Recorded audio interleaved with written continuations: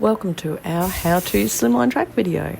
Every system starts off with track, so press pause anytime so you can review the following pages carefully.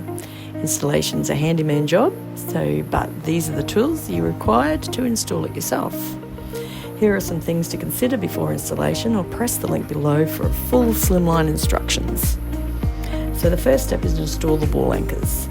For plasterboard walls, use the stud finder or tap lightly on the wall with the heel of your hand and mark the centre of the stud with a pencil.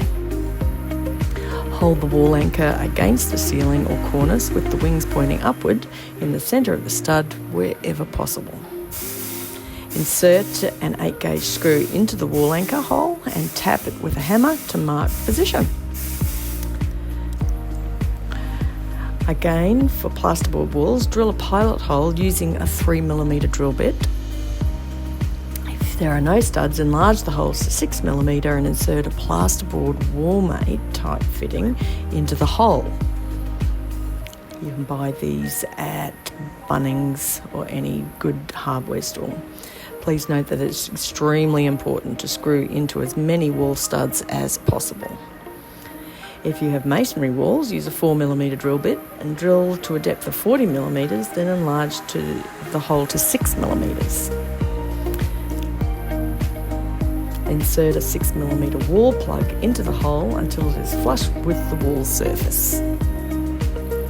Whether you have plasterboard or masonry walls, you can now secure the wall anchors to the walls using 38x8 gauge screws.